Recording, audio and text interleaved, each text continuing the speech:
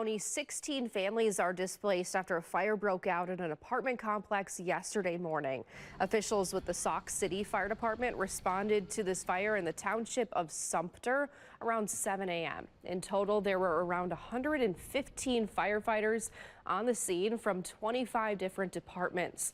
4 firefighters were taken to the hospital for heat exhaustion and dehydration. One resident was also treated. One of the tenants here that was transported and treated for smoke inhalation. Right now we don't have a cause at all, so it's going to be under investigation. The building is considered a total loss. The Red Cross was able to find a place for the families to stay last night. Investigators are hoping to determine a cause of this fire by next week. In